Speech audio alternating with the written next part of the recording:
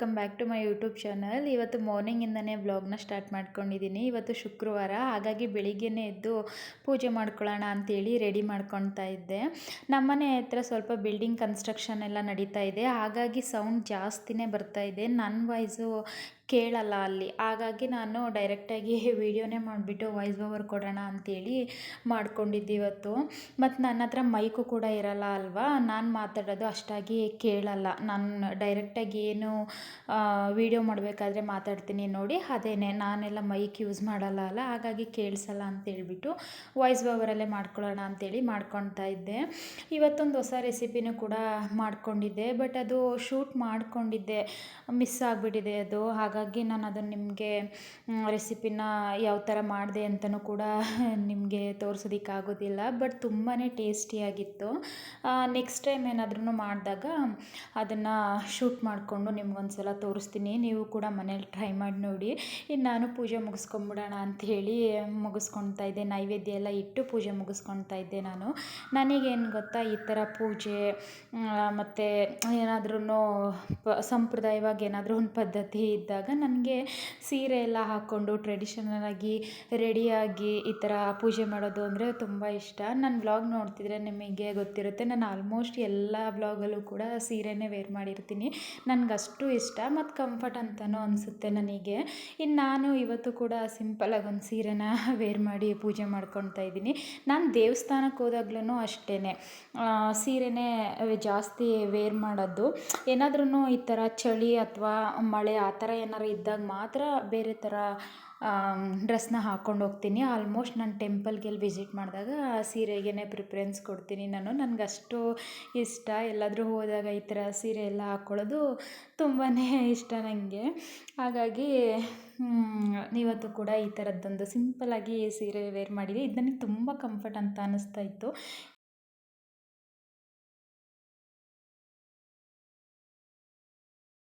ಇನ್ನು ನಾನು ಕೂಡ ಪೂಜೆ ಎಲ್ಲ ಮುಗಿಸ್ಕೊಂಡು ನೈವೇದ್ಯನ ದೇವರಿಗಿಟ್ಟು ಪೂಜೆ ಮಾಡಿದ್ದೆ ಅಲ್ವಾ, ಈಗ ನಾನು ಕೂಡ ಅದನ್ನು ತಿನ್ನೋಣ ಅಂತೇಳಿ ಹಾಕ್ಕೊತಾ ಇದ್ದೀನಿ. ಇದಕ್ಕೆ ನಾನು ಡ್ರೈ ಫ್ರೂಟ್ಸ್ನೆಲ್ಲ ಮೇಲ್ಗಡೆ ಆ್ಯಡ್ ಮಾಡಿಕೊಂಡು ಡೆಕೋರ್ ಮಾಡಿಕೊಂಡು ತಿಂತಾಯಿದ್ದೆ. ಎಷ್ಟು ಚೆನ್ನಾಗಿತ್ತು ಅಂತಂದರೆ ನೋಡೋದಕ್ಕೂ ಕಲರ್ಫುಲ್ಲಾಗಿ ಕಾಣುತ್ತೆ ಮತ್ತು ಟೇಸ್ಟು ಕೂಡ ಚೆನ್ನಾಗಿತ್ತು. ನಾನು ಇದಕ್ಕೆ ಯಾವ ಹೆಸ್ರು ಇಡೋದು ಅಂತೇಳಿ ಯೋಚನೆ ಮಾಡ್ತಾಯಿದ್ದೆ. ಆಮೇಲೆ ನೆನಪಾಯಿತು, ಕಾಜು ಕ್ಯಾರೆಟ್ ಕೀರ್ ಅಂತ ಇಡೋಣ ಅಂತೇಳಿ ಅಂದ್ಕೊಂಡೆ. ಬಟ್ ಇದು ರೆಸಿಪಿನ ಶೂಟ್ ಮಾಡ್ಕೊಂಡಿಲ್ಲ ಅಲ್ವಾ, ಹಾಗಾಗಿ ನಿಮಗೆ ಹೇಗೆ ಮಾಡಿದ್ದೀನಿ ಅನ್ನೋದು ಗೊತ್ತಾಗಲ್ಲ ಅಲ್ವಾ. ಹಾಗಾಗಿ ನೆಕ್ಸ್ಟ್ ಟೈಮು ಅದನ್ನು ತೋರಿಸ್ತೀನಿ. ಬಟ್ ತುಂಬಾ ಚೆನ್ನಾಗಿತ್ತು. ಟೇಸ್ಟ್ ಅಂತೂ ಸಿಕ್ಕಾಪಟ್ಟೆ ಇಷ್ಟ ಆಯಿತು ನನಗಂತೂ. ನೋಡಿ ಎಷ್ಟು ಕಲರ್ಫುಲ್ಲಾಗಿ ಕಾಣಿಸ್ತಾ ಇದೆ ಮತ್ತು ಹೆಲ್ತಿಗೂ ಕೂಡ ಒಳ್ಳೆಯದು ಇದು. ನಾನು ಇದಕ್ಕೆ ಕ್ಯಾರೆಟು, ಗೋಡಂಬಿ ಮತ್ತು ಹೆಸ್ರು ಬೇಳೆ ಎಲ್ಲನೂ ಹಾಕಿ ಮಾಡಿರೋದ್ರಿಂದ ಹೆಲ್ತಿಗಂತೂ ತುಂಬಾ ಒಳ್ಳೆಯದು ಇದು. ಇನ್ನೊಂದು ಸಲ ನಾನು ಮಾಡಿದಾಗ ಆ ರೆಸಿಪಿನ ಶೂಟ್ ಮಾಡ್ಕೊಂಡು ನಿಮ್ಮ ಹತ್ರ ಶೇರ್ ಮಾಡ್ಕೊತೀನಿ. ಇವತ್ತೊಂದು ಒಳ್ಳೆ ಕೀರನ್ನ ಮಾಡಿಕೊಂಡೆ, ಹೆಲ್ದಿಯಾಗಿತ್ತು ಮತ್ತು ದೇವ್ರ ನೈವೇದ್ಯಕ್ಕೂ ಇಟ್ಟು ಪೂಜೆ ಮಾಡಿಕೊಂಡೆ. ಇನ್ನು ನಾನು ಮಾರ್ನಿಂಗ್ ಟಿಫನ್ ಏನು ಮಾಡಿರಲಿಲ್ಲ, ಕೀರು ಕುಡ್ಕೊಂಡು ಮತ್ತು ಇದಿತ್ತು ಪಪ್ಪಾಯ ಇತ್ತು ಅಲ್ವಾ, ಅದನ್ನೇ ಕಟ್ ಮಾಡಿಕೊಂಡು ತಿನ್ಕೊಂಬಿಡೋಣ ಅಂಥೇಳಿ ಅದನ್ನೇ ತಿನ್ಕೊತಾ ಇದ್ದೆ. ಮಧ್ಯಾಹ್ನ ಏನಾದರೂ ಅಡುಗೆ ಮಾಡ್ಕೊಳ್ಳೋಣ ಅಂತೇಳ್ಬಿಟ್ಟು. ಪಪ್ಪಾಯ ಮಾರ್ನಿಂಗ್ ಏನೇ ತಿಂದರೆ, ಅದರಲ್ಲೂ ಖಾಲಿ ಹೊಟ್ಟೆಲಿ ತಿಂತು ಅಂತ ಅಂದರೆ ತುಂಬಾ ಹೆಲ್ತಿಗೆ ಒಳ್ಳೆಯದು ಇದು. ಸ್ಕಿನ್ನಿಗಾಗಲಿ, ಹೇರಿಗಾಗಲಿ ಮತ್ತು ಡೈಜೆಷನ್ನು, ಜೀರ್ಣಕ್ರಿಯೆಗಾಗಲಿ ಎಲ್ಲದಕ್ಕೂ ಕೂಡ ಒಳ್ಳೆಯದು. ವೆಯ್ಟ್ ಲಾಸ್ ಮಾಡೋರಂತೂ ಈ ಫ್ರೂಟ್ಸ್ನ ತಪ್ಪದೇ ತಿನ್ನಿ, ತುಂಬಾ ಅನುಕೂಲ ಆಗುತ್ತೆ. ವೆಯ್ಟ್ ಗೇನ್ ಅಷ್ಟು ಬೇಗ ಆಗಲ್ಲ ಮತ್ತು ಪಪ್ಪಾಯ ತಿನ್ನೋದ್ರಿಂದ ವೆಯ್ಟ್ ಲಾಸ್ ಕೂಡ ಆಗುತ್ತೆ. ಹಾಗಾಗಿ ನಾನು ಮಾರ್ನಿಂಗೇ ತಿನ್ಕೊಂಬಿಡೋಣ, ಹಣ್ಣಾಗಿತ್ತಲ್ಲ ಹಾಗಾಗಿ ಕಟ್ ಮಾಡಿ ತಿನ್ಕೊಳ್ಳೋಣ ಅಂತೇಳಿ ಕಟ್ ಮಾಡ್ತಾ ಇದ್ದೆ. ಟೇಸ್ಟಿಯಾಗಿತ್ತು. ಇದು ಅಮ್ಮನ ಊರಿಂದ ತೊಗೊಂಬಂದಿದ್ದೆ ಅಲ್ವಾ, ಅವತ್ತಿನಿಂದ ಅದನ್ನು ಕಟ್ ಮಾಡಿರಲೇ ಇಲ್ಲ, ಹಣ್ಣಾಗಿರಲಿಲ್ಲ ಅದು, ಹಾಗಾಗಿ ಕಟ್ ಮಾಡಿರಲಿಲ್ಲ. ಇವತ್ತು ಅದನ್ನು ಕಟ್ ಮಾಡ್ಕೊಂಡು ತಿನ್ನೋಣ ಬೆಳಿಗ್ಗೆನೆ ಅಂತೇಳಿ ತಿಂತಾಯಿದ್ದೆ. ಇದನ್ನು ತಿಂದಾದ್ಮೇಲೆ ಆಮೇಲೆ ಕೀರು ಕುಡಿಯೋಣ ಅಂತೇಳ್ಬಿಟ್ಟು ಇದು ಮಾಡ್ಕೊತಾ ಇದ್ದೆ. ಎಷ್ಟು ಚೆನ್ನಾಗಿದೆ ಅಂತ ಅಂದರೆ, ನಾನು ಸ್ವಲ್ಪ ಕಟ್ ಮಾಡಿಬಿಟ್ಟು ಇನ್ನು ಸ್ವಲ್ಪ ಪ್ರದಿಯವ್ರಿಗೆ ಎತ್ತಿಟ್ಟೆ. ಅವ್ರು ಬಂದಾಗ ತಿಂತಾರೆ, ಇಲ್ಲ ಅಂತಂದರೆ ಬಾಕ್ಸ್ಗೆ ಹಾಕ್ಕೊಟ್ರೆ ಅಲ್ಲೇ ತಿನ್ಕೊಂಬಿಡ್ತಾರೆ. ಅವ್ರ ಫ್ರೆಂಡ್ಸ್ ಎಲ್ಲ ಇರ್ತಾರಲ್ವ, ಅವರಿಗೂ ಶೇರ್ ಮಾಡಿಕೊಂಡು ತಿನ್ಕೊತಾರೆ. ಹಾಗಾಗಿ ನಾನು ಕಟ್ ಮಾಡಿಬಿಟ್ಟು ಒಂದು ಬಾಕ್ಸ್ಗೆ ಹಾಕಿಟ್ಬಿಡ್ತೀನಿ. ನನಗೆ ಎಷ್ಟು ಬೇಕು ನೋಡಿ ಅಷ್ಟು ಮಾಡಿಕೊಂಡು ತಿನ್ನೋದಕ್ಕೆ. ಇನ್ನು ಮಿಕ್ಕಿದ್ದನ್ನ ಎತ್ತು ಫ್ರಿಜ್ಗೆ ಇಡ್ತಾ ಇದ್ದೆ. ತುಂಬಾ ಹೆಲ್ತಿಗೆ ಒಳ್ಳೆಯದು ಇದು. ಮಕ್ಕಳಿಂದ ಹಿಡಿದು ದೊಡ್ಡವ್ರವರೆಗೂ ತಿನ್ಬೋದು ಇದನ್ನು. ಈ ಹಣ್ಣು ಬಂದು ಶಾಪಲ್ಲಿ ತೊಗೊಂಬಂದಿದ್ದು. ಹಾಗಾಗಿ ಅಷ್ಟು ನನಗೆ ಟೇಸ್ಟ್ ಅಂತ ಅನ್ನಿಸ್ತಾ ಇರಲಿಲ್ಲ. ಇರೋದ್ರಲ್ಲಿ ಪರವಾಗಿಲ್ಲ ಅಂತ ಅನ್ನಿಸ್ತಾ ಇತ್ತು ಅಷ್ಟೇ. ಇನ್ನು ನಾವುಗಳು ಮನೇಲೇ ಬೆಳೆದಿರ್ತೀವಿ ನೋಡಿ, ಮನೆ ಮುಂದೆಗಡೆ ಗಿಡ ಎಲ್ಲ ಬಂದಾಗ ಬೆಳ್ಕೊಂಡಿರ್ತೀವಿ ನೋಡಿ, ಅದಂತೂ ತುಂಬಾ ಟೇಸ್ಟಿಯಾಗಿರುತ್ತೆ. ಅದೊಂದು ಸ್ವಲ್ಪ ಬಾಯಿಗೆ ಹಾಕಿದ್ರೆ ಸಾಕು ಒಂಥರ ಸಕ್ಕರೆ ತಿಂದಂಗೆ ಫೀಲ್ ಆಗುತ್ತೆ. ನಾನು ಲಾಸ್ಟ್ ಟೈಮ್ ಬಂದಾಗ ಒಂದು ಹಣ್ಣು ತೊಗೊಂಬಂದಿದ್ದೆ, ಅದಂತೂ ಫುಲ್ಲು ಸಕ್ಕರೆ ತಿಂದಂಗೆ ಆಗ್ತಾಯಿತ್ತು. ಮತ್ತು ಕಲ್ಲರ್ ಕೂಡ ಅದು ಫುಲ್ಲು ರೆಡ್ಡಿಶ್ ಥರ ಇತ್ತು. ಇನ್ನು ಇದು ಬಂದು ನನಗೆ ಅಷ್ಟು ಸ್ವೀಟ್ ಅಂತ ಅನ್ನಿಸ್ಲಿಲ್ಲ, ಬಟ್ ಚೆನ್ನಾಗಿದೆ ಅಂತ ಅನ್ನಿಸ್ತು ಅಷ್ಟೇ. ಬಟ್ ಒಂದೊಂದು ಕಡೆ ಒಂದೊಂದು ಥರ ಸಿಗುತ್ತೆ. ಈಗ ಪಾರಮ್ ಇರುತ್ತೆ, ನಾಟಿ ಇರುತ್ತೆ, ಅದ್ರ ಮೇಲೂ ಡಿಪೆಂಡ್ ಆಗುತ್ತೆ ಅನಿಸುತ್ತೆ ಟೇಸ್ಟು. ನಾಟಿ ಪರಂಗಿ ಹಣ್ಣಾದರೆ ಇನ್ನೂ ಚೆನ್ನಾಗಿರುತ್ತೆ, ಟೇಸ್ಟಿಯಾಗೂ ಇರುತ್ತೆ. ಇದು ಪಾರಮ್ ಅಂತ ಅನಿಸುತ್ತೆ, ಹಾಗಾಗಿ ಅಷ್ಟು ಟೇಸ್ಟ್ ಇರಲಿಲ್ಲ. ಇನ್ನು ನೋಡಿ ಫುಲ್ ಎಲ್ಲ ಕಟ್ ಮಾಡಾದ್ಮೇಲೆ ಒಂದು ತಟ್ಟೆ ಪೂರಾ ಇದೇ ಆಯಿತು. ಎಷ್ಟು ಚೆನ್ನಾಗಿದೆ. ಇನ್ನು ನಾನು ಕೂಡ ಅದನ್ನೆಲ್ಲ ತಿಂದಾದ್ಮೇಲೆ ಖೀರು ಕೂಡ ಕುಡ್ಕೊಂಬಿಡೋಣ ಅಂತೇಳಿ ಹಾಕ್ಕೊಳ್ತಾ ಇದ್ದೆ. ಅದ್ರ ಸ್ಮೆಲ್ಲೇ ಘಮ ಘಮ ಅಂತ ಬರ್ತಾಯಿತ್ತು, ಅದಕ್ಕೆ ನಾನು ಸ್ಮೆಲ್ ಮಾಡಿ ನೋಡ್ತಾ ಇದ್ದೆ. ಇನ್ನು ಟೇಸ್ಟ್ ಕೂಡ ಅಷ್ಟೇ ಚೆನ್ನಾಗಿತ್ತು.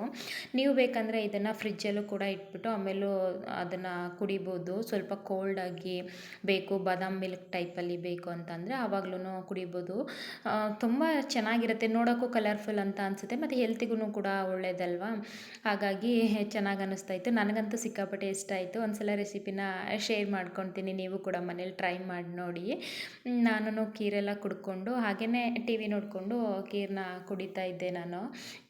ಏನಂತ ಅಂದರೆ ಇವತ್ತು ನಾನು ಒಬ್ಬಳೇ ಅಲ್ಲ, ಅವರು ಕೂಡ ಬೇಗನೆ ಹೊರ್ಟೋದ್ರು. ಟಿಫನ್ ಏನೂ ಮಾಡೋಕ್ಕೂ ಆಗಲಿಲ್ಲ. ಇನ್ನು ನಾನೆಲ್ಲ ಬೆಳಿಗ್ಗೆ ಎದ್ದು ಪೂಜೆ ಎಲ್ಲ ಮಾಡಿಕೊಂಡು ಎಲ್ಲ ಆದಮೇಲೆ ಟಿಫನ್ ಮಾಡಬೇಕಿತ್ತು. ಇನ್ನು ನನ್ನೊಬ್ಳಿಗೆ ಟಿಫನ್ ಮಾಡಿಕೊಂಡ್ರೆ ಮತ್ತೆ ಉಳ್ಕೊಂಬಿಡುತ್ತಲ್ಲ. ಇನ್ನು ಪರಂಗಿ ಹಣ್ಣೆಲ್ಲ ಹಣ್ಣಾಗಿತ್ತಲ್ವ, ಹಾಗಾಗಿ ಅದನ್ನೇ ತಿನ್ಕೊಂಬಿಡೋಣ ಅಂತೇಳ್ಬಿಟ್ಟು ನಾನಿವತ್ತು ಏನೂ ಮಾಡೋಕ್ಕೋಗಲಿಲ್ಲ. ಒಂಥರ ಈ ಥರ ದೇವ್ರ ಸಾಂಗ್ ಹಾಕ್ಕೊಂಡು ಈ ಥರ ಕೂತ್ಕೊಂಡು ಪ್ರಸಾದ ಆಗಲಿ ಏನಾದರೂ ಆಗಲಿ ತಿಂತಾ ಇದ್ದಾಗ ಒಂಥರ ಮನಸ್ಸಿಗೆ ನೆಮ್ಮದಿ ಅಂತಲೇ ಅನಿಸುತ್ತೆ ಮನೆ ಒಳಗಡೆ. ನನಗೂ ಕೂಡ ಹಂಗೆ ಅನ್ನಿಸ್ತು. ಇನ್ನು ನಾನು ಕೂಡ ಖೀರೆಲ್ಲ ಕುಡ್ದಾದ್ಮೇಲೆ ಸ್ವಲ್ಪ ಟೈಮ್ ಸ್ಪೆಂಡ್ ಮಾಡಿ ಇನ್ನು ನಾನು ಸೀರೆನ ಬದಲಾಯಿಸ್ಬಿಟ್ಟೆ. ಯಾಕೋ ಗೊತ್ತಿಲ್ಲ, ಇವತ್ತು ನನಗೆ ಸೀರೆ ಅದನ್ನು ಹಾಕ್ಕೊಂಡು ಕೆಲಸ ಮಾಡೋಕ್ಕೆ ಆಗ್ತಾ ಇರಲಿಲ್ಲ. ಅಡುಗೆ ಎಲ್ಲ ಮಾಡಿಬಿಟ್ಟಿದ್ದಿದ್ರೆ ಸ್ವಲ್ಪ ಹೊತ್ತಾದ್ರೂ ಇರ್ತಾ ಇದ್ದೆ ನಾನು. ಬಟ್ ನನಗೆ ಇನ್ನೂ ಕೂಡ ಕೆಲಸ ಇತ್ತು, ಹೂ ಕಟ್ಟೋದು ಅದೆಲ್ಲ ಕೆಲಸ ಇತ್ತು, ಸುಮಾರು ಕೆಲಸಗಳಿತ್ತು ನನಗೆ, ಬಟ್ಟೆ ಒಣಗಾಕೋದು ಎಲ್ಲ. ಹಾಗಾಗಿ ನಾನು ಸ್ಯಾರಿನ ಚೇಂಜ್ ಮಾಡಿಬಿಡೋಣ ಅಂತೇಳಿ ಚೇಂಜ್ ಮಾಡಿಕೊಂಡು ಡ್ರೆಸ್ ಹಾಕ್ಕೊಂಡು ಇನ್ನು ಆ ಕೆಲಸನೆಲ್ಲ ಮುಗಿಸ್ಕೊಂಡೆ. ಇನ್ನು ಅಷ್ಟರಲ್ಲಿ ಮಧ್ಯಾಹ್ನನೂ ಕೂಡ ಆಗೋಯ್ತು. ಇನ್ನು ಬೆಳಿಗ್ಗೆ ಫ್ರೂಟ್ಸ್ ತಿಂದಿದ್ದೆ ಅಲ್ವಾ, ಹೊಟ್ಟೆ ಹಶ್ವಾಗ್ತಾನೆ ಇರುತ್ತೆ. ಹಾಗಾಗಿ ಸ್ವಲ್ಪ ರೊಟ್ಟಿ ಮಾಡ್ಕೊಂಬಿಡೋಣ ಅಂತೇಳಿ ರೊಟ್ಟಿ ಮಾಡ್ಕೊಳ್ತಾ ಇದ್ದೆ. ನಾನಿಲ್ಲಿ ರೊಟ್ಟಿ ಯಾವ ರೀತಿ ಮಾಡ್ಕೊಳ್ತಾ ಇದ್ದೀನಿ ಅಂತಂದರೆ, ನಾನು ಎಲ್ಲ ಥರ ಹಿಟ್ಟನ್ನ ಮಿಕ್ಸ್ ಮಾಡಿ ನಾನು ರೊಟ್ಟಿ ಮಾಡ್ಕೊತೀನಿ. ಒಂಥರ ಮಲ್ಟಿಗ್ರೈನ್ ಇದ್ರ ಥರ ಮಾಡ್ಕೊತೀನಿ. ನನಗಿದು ತುಂಬ ಇಷ್ಟ. ಬೇಕಂತಂದರೆ ನೀವು ತಟ್ಕೊಂಡು ಮಾಡ್ಬೋದು. ನಾನಿಲ್ಲಿ ಸ್ವಲ್ಪ ಸೌಟಲ್ಲಿ ಬಿಡೋ ಥರ ಈ ಕಡೆ ದೋಸೆ ಬ್ಯಾಟರು ಮತ್ತು ಇಡ್ಲಿ ಬ್ಯಾಟರ್ಗಿಂತ ಇನ್ನೂ ತಿಕ್ಕಾಗಿರುತ್ತೆ, ಆ ಥರ ನಾನು ಮಾಡ್ಕೊಳ್ತಾ ಇರೋದು. ಇದಕ್ಕೆ ಏನಿಲ್ಲ, ನಾನು ರಾಗಿ ಹಿಟ್ಟು ಮತ್ತು ಅಕ್ಕಿ ಹಿಟ್ಟು ಮತ್ತು ಜೋಳದ ಹಿಟ್ಟು ಬರುತ್ತೆ ನೋಡಿ, ಅದನ್ನು ಕೂಡ ಹಾಕ್ಕೊಂಡಿದ್ದೀನಿ. ಜೋಳದ ಹಿಟ್ಟು, ಸ್ವಲ್ಪ ಗೋಧಿ ಹಿಟ್ಟು ಮತ್ತು ರವೆ ಮತ್ತು ಸ್ವಲ್ಪ ಕರಡು, ಇದನ್ನಿಷ್ಟನ್ನು ಹಾಕಿ ನೀಟಾಗಿ ಎಲ್ಲನೂ ಮಿಕ್ಸ್ ಮಾಡ್ಕೊತಾ ಇದ್ದೀನಿ ನಾನು. ಒಂದು 2 ಸ್ಪೂನು 3 ಸ್ಪೂನು ಕರಡು ಹಾಕ್ಕೊಳ್ಳಿ, ಯಾಕಂದರೆ ಇಮಿಡಿಯೇಟ್ ನಾವು ತವ ಮೇಲೆ ಹಾಕ್ಕೊಂಡು ರೊಟ್ಟಿ ಥರ ಅಥವಾ ದೋಸೆ ಥರ ಹಾಕ್ಕೊತೀವಲ್ವ, ಹಾಗಾಗಿ ಅದು ಹುಳಿ ಬರಬೇಕಲ್ವ. ಹಾಗಾಗಿ ಮೊಸರನ್ನ ಆ್ಯಡ್ ಮಾಡಿದ್ರೆ ಬೇಗನೆ ಅದು ನೀಟಾಗಿ ಹೊಂದ್ಕೊಳ್ಳುತ್ತೆ. ಹಾಗಾಗಿ ನಾನು ಈ ಥರ ಎಷ್ಟು ಬೇಕು ನೋಡಿ ನೀರು ಅಷ್ಟನ್ನು ಹಾಕ್ಕೊಂಡು ಕೈಯಲ್ಲೇ ಈ ಥರ ಫಸ್ಟು ಮಿಕ್ಸ್ ಮಾಡ್ಕೊತೀನಿ. ಒಂದು ಅದಕ್ಕೆ ಬರ್ತಾ ಇದೆ ಅಂತ ಅನ್ನಿಸ್ಬೇಕು ನಮಗೆ, ಅಲ್ಲಿವರೆಗೂ ನಾನು ಕೈಯಲ್ಲೇ ಈ ಥರ ಮಿಕ್ಸ್ ಮಾಡ್ಕೊತೀನಿ. ರುಚಿ ಅದನ್ನೆಲ್ಲ ಹಾಕ್ಕೊಂಡು ಸೋಡಾ ಎಲ್ಲ ಆ್ಯಡ್ ಮಾಡಲ್ಲ ನಾನು. ಇವನ್ ದೋಸೆ ಮಾಡಿದ್ರು ಇಡ್ಲಿ ಮಾಡಿದ್ರೂ ಕೂಡ ನಾನು ಆ ಬ್ಯಾಟರ್ಗೆ ಸೋಡಾನೆಲ್ಲ ಆ್ಯಡ್ ಮಾಡೋಕ್ಕೆ ಹೋಗೋದಿಲ್ಲ ನಾನು. ಎಷ್ಟು ಬೇಕೋ ಅದು ಚೆನ್ನಾಗಿ ಬರಲಿ ಇಡ್ಲಿ ಏನಾದರೂ ಇದಾಗಲಿ, ಬಟ್ ನಾನಂತೂ ಸೋಡಾ ಅಂತೂ ಆ್ಯಡ್ ಮಾಡೋಕ್ಕೆ ಹೋಗಲ್ಲ. ಸ್ವಲ್ಪ ಟೈಮ್ ತೊಗೊಳುತ್ತೆ ಅಷ್ಟೇ. ಸೋಡಾನೇ ಆ್ಯಡ್ ಮಾಡಿ ನಾವು ಮಾಡಬೇಕು ಅನ್ನೋದೇನಿಲ್ಲ, ಸ್ವಲ್ಪ ಟೈಮ್ ತೊಗೊಳುತ್ತೆ. ಅದಕ್ಕೆ ಟೈಮ್ ಕೊಟ್ಟು ಆಮೇಲೆ ನಾವು ಹಾಕ್ಕೊಂಡ್ರೆ ನೀಟಾಗಿ ದೋಸೆ ಇಡ್ಲಿ ಎಲ್ಲ ಚೆನ್ನಾಗೇ ಬರುತ್ತೆ. ನಾನು ಹಾಗಾಗಿ ಸೋಡಾ ಎಲ್ಲ ಆ್ಯಡ್ ಮಾಡೋಕ್ಕೆ ಹೋಗಲ್ಲ. ಇನ್ನು ನಾನು ಈ ಥರ ಕೈಯಲ್ಲೆಲ್ಲ ಮಿಕ್ಸ್ ಮಾಡ್ಕೊಂಡಿದ್ದಾದಮೇಲೆ ಈ ಥರ ಬ್ಲೆಂಡರಲ್ಲಿ ನೀಟಾಗಿ ಕನ್ಸಿಸ್ಟೆಂಟಿ ನೋಡಿಕೊಂಡು ಮಿಕ್ಸ್ ಮಾಡ್ಕೋಬೇಕು. ಇನ್ನು ಅದೊಂದು ಸ್ವಲ್ಪ ಹೊತ್ತು ಸೈಡ್ಗೆ ಎತ್ತಿಟ್ಬಿಟ್ಟೆ. ಯಾಕಂತಂದರೆ ರವೆ ಎಲ್ಲ ಹಾಕಿರ್ತೀವಲ್ವ, ಅದೆಲ್ಲ ನೀಟಾಗಿ ಮೆತ್ತಗಾಗಬೇಕು. ಇಲ್ಲ ಅಂತಂದರೆ ಅದನ್ನು ತಿನ್ನೋದಕ್ಕಾಗಲ್ಲ. ಇನ್ನು ನಾನು ಕೂಡ ಅದೆಲ್ಲ ಆದಮೇಲೆ ಹಾಕ್ಕೊಂಡು ತಿಂತಾಯಿದ್ದೀನಿ. ನಾನಿಲ್ಲಿ ಸ್ವಲ್ಪ ದಪ್ಪಕ್ಕೆ ಹಾಕ್ಕೊಳ್ತಾ ಇದ್ದೀನಿ. ನಿಮಗೆ ಬೇಕಂದರೆ ಪೂರಾ ತೆಳ್ಳಗೆ ಬೇಕಂದರೆ ಹಾಕ್ಕೊಬೋದು. ನನಗಿಲ್ಲಿ ರೊಟ್ಟಿ ಥರ ಬೇಕು ಅಂತೇಳಿ ನಾನು ಈ ಥರ ಹಾಕ್ಕೊಳ್ತಾ ಇದ್ದೀನಿ. ನೀಟಾಗೆಲ್ಲ ಬೆಂದ ಮೇಲೆ ಅದನ್ನು ತೆಗಿಬೇಕು. ಇಲ್ಲ ಅಂತಂದರೆ ಸ್ವಲ್ಪ ಕಿತ್ಕೊಳ್ಳೋದು ಆ ಥರ ಎಲ್ಲ ಚಾನ್ಸಸ್ ಆಗುತ್ತೆ. ಯಾಕಂದರೆ ಜೋಳದ ಹಿಟ್ಟು ಹಾಕಿರ್ತೀವಲ್ವ, ಅದು ಸ್ವಲ್ಪ ಕೀಳುತ್ತೆ. ಹಾಗಾಗಿ ಇನ್ನೊಂದು ಮಧ್ಯಾಹ್ನದ ಊಟ ಬಂದು ಈ ಥರ ಇದೆ ನೋಡಿ. ಮೊಸೊಪ್ಪಿತ್ತು, ಹಾಗಾಗಿ ನಾನು ರೊಟ್ಟಿ ಮಾಡಿಕೊಂಡೆ. ಮೊಸೊಪ್ಪಿನ ಜೊತೆ ರೊಟ್ಟಿ ತಿನ್ನೋಕೆ ನನಗೆ ತುಂಬ ಇಷ್ಟ. ನಾವು ಅವಾಗೆಲ್ಲ ಏನು ಮಾಡ್ತಿದ್ದೋ ಅಂತ ಅಂದರೆ ಮೊಸಪ್ಪನ್ನೇ ಸ್ವಲ್ಪ ಜಾಸ್ತಿ ಮಾಡ್ತಿದ್ವಿ ನೆಕ್ಸ್ಟ್ ಡೇ ನಾವು ರೊಟ್ಟಿ ಹಾಕ್ಕೊಳ್ಳೋದಕ್ಕೆ. ಇನ್ನಿಲ್ಲಿ ನಾನು ಅಗಸೆ ಬೀಜದ ಚಟ್ನಿ ಪುಡಿ, ಮೊಸರು ಹಾಕ್ಕೊಂಡಿದ್ದೀನಿ. ಮತ್ತು ಇನ್ನೊಂದು ಇದೆಯಲ್ವ, ಆ ಚಟ್ನಿ ಪುಡಿ ಬಂದು ನುಗ್ಗೆ ಸೊಪ್ಪು ಮತ್ತು ಕರಿಬೇವಿನ ಸೊಪ್ಪಿನಲ್ಲಿ ಮಾಡಿರೋ ಚಟ್ನಿ ಪುಡಿ. ನಾನು ಈ ಥರ ಯಾವಾಗಲೂ ಮಾಡ್ಕೊಂಡ್ಬಿಡ್ತೀನಿ. ಊರಿಂದ ಬರ್ತೀವಲ್ವ, ಆವಾಗ ನುಗ್ಗೆ ಸೊಪ್ಪು, ಕರಿಬೇವಿನ ಸೊಪ್ಪು ಎಲ್ಲ ಸ್ವಲ್ಪ ಜಾಸ್ತಿ ತಂದಿರ್ತೀನಲ್ವ, ಆವಾಗ ಅದನ್ನೆಲ್ಲ ಹಾಕಿ ಮಿಕ್ಸ್ ಮಾಡಿಕೊಂಡು ಚಟ್ನಿ ಪುಡಿ ಮಾಡ್ಕೊಂಡ್ಬಿಡ್ತೀನಿ. ಇದಂತೂ ಹೆಲ್ತಿಗೆ ತುಂಬಾ ಒಳ್ಳೆಯದು. ನುಗ್ಗೆ ಸೊಪ್ಪು ಬಂದು ಕಬ್ಬಿಣಾಂಶ ಇರೋದ್ರಿಂದ, ಎಲ್ಲ ಪ್ರೋಟೀನು ಕೂಡ ಇರೋದ್ರಿಂದ ಕರಿಬೇವಿನ ಸೊಪ್ಪು, ನುಗ್ಗೆ ಸೊಪ್ಪಿನಲ್ಲಿ ನಾನಂತೂ ಅದನ್ನು ಮಿಸ್ ಮಾಡೋದೇ ಇಲ್ಲ. ಈ ಥರ ಊಟದ ಜೊತೆನಾದ್ರೂ ಒಂದು ಸ್ಪೂನ್ ಹಾಕ್ಕೊಂಡು ತಿನ್ಕೊಂಡ್ಬಿಡ್ತೀನಿ. ಇಲ್ಲ ಮಾರ್ನಿಂಗ್ ಟೈಮ್ ಒಂದು ಸ್ಪೂನ್ ಹಾಗೇ ನೀರಲ್ಲಿ ಹಾಕ್ಕೊಂಡು ಕುಡ್ಕೊತೀನಿ. ಇಲ್ಲ ಹಾಗೆ ಒಂದು ಸ್ಪೂನ್ ಕೂಡ ಕನ್ಸ್ಯೂಮ್ ಮಾಡ್ಕೊಂಬಿಡ್ಬೋದು. ತುಂಬಾ ಟೇಸ್ಟಿಯಾಗಿರುತ್ತೆ. ಒಂಥರ ಚಟ್ನಿ ಪುಡಿ ಥರನೇ ಮಾಡ್ಕೊಂಡಿರೋದ್ರಿಂದ ಖಾರವಾಗಿ ಚೆನ್ನಾಗಿರುತ್ತೆ. ಇನ್ನು ಊಟ ಎಲ್ಲ ಮುಗಿದ್ಮೇಲೆ ಹೊರಗಡೆ ಇದು ಗೌರ್ಮೆಂಟ್ ಕಡೆಯಿಂದ ಸಿಮೆಂಟ್ ಮಾಡ್ತಾರಲ್ವ ಮನೆ ಮುಂದೆ ಚಪ್ಪಡಿ ಕಲ್ಲಿಗೆಲ್ಲ, ಅವರು ಬಂದಿದ್ದರು. ಅದನ್ನೇ ನೋಡ್ತಾ ಇದ್ದೆ ನಾನು. ಇನ್ನು ಅಲ್ಲಿ ಅವರು ಕೂಡ ನೀರು ಕೇಳಿದ್ರು ಕುಡಿಯೋಕ್ಕೆ. ನಾನೇನು ಗೊತ್ತಾ, ನಾನೇ ತೊಗೊಂಡೋಗಿ ಕೊಡ್ತಾ ಇದ್ದೆ. ಅವರು ಇಲ್ಲಮ್ಮ ನಮ್ಮದೇ ಬಾಟಲ್ ಇದೆ, ಅದಕ್ಕೆ ಹಾಕ್ಕೊಟ್ಬಿಡಿ ಅಂತ ಅಂದರು. ಇಲ್ಲ ಪರವಾಗಿಲ್ಲ ತೊಗೊಳ್ಳಿ ಅಂತೇಳಿ ಒಂದು ಬಾಟಲಲ್ಲಿ ಕೊಟ್ಟೆ. ಅದೆಲ್ಲ ಕುಡ್ದಾದ್ಮೇಲೆ ನೆಕ್ಸ್ಟು ಇನ್ನೊಂದು ಬಾಟಲ್ಗೆ ಅವ್ರದ್ದೇ ಬಾಟಲ್ ಇಟ್ಕೊಂಡಿದ್ರು, ಅದನ್ನು ತೊಗೊಂಬಂದು ಹಾಕಿಸ್ಕೊಳ್ತಾ ಇದ್ದಾರೆ ನೀರು ಹಾಕಿ ಅಂತ ಹೇಳಿಬಿಟ್ಟು.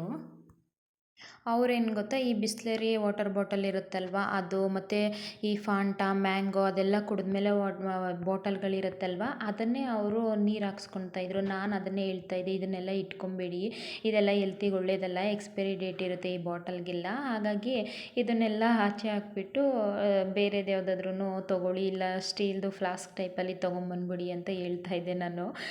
ಇನ್ನು ಪ್ರತಿಯವರು ಸಂಜೆ ಆದಮೇಲೆ ಒಂದು 5 ಗಂಟೆ ಹಂಗೆ ಅದಕ್ಕೆಲ್ಲ ನೀರು ಹಾಕ್ತಾಯಿದ್ರು. ಸಿಮೆಂಟೆಲ್ಲ ನೀಟಾಗಿ ಅಂಟ್ಕೋಬೇಕು ಅಂತೇಳಿ ನೀರು ಹಾಕ್ತಾಯಿದ್ರು ಅಲ್ಲಿ. ಇವ್ರು ನೀರು ಹಾಕಾದ್ಮೇಲೆ ಒಂದು 1 ಅವರ್ ಬಿಟ್ಕೊಂಡು ಜೋರಾಗಿ ಮಳೆನೇ ಬಂದುಬಿಡ್ತು. ಅದನ್ನೇ ನಾನು ರೇಗಿಸ್ತಾ ಇದ್ದೆ, ಸುಮ್ಮನೆ ವೇಸ್ಟಾಗಿ ನೀರು ಹಾಕಿದ್ವಿ ಅಂತ.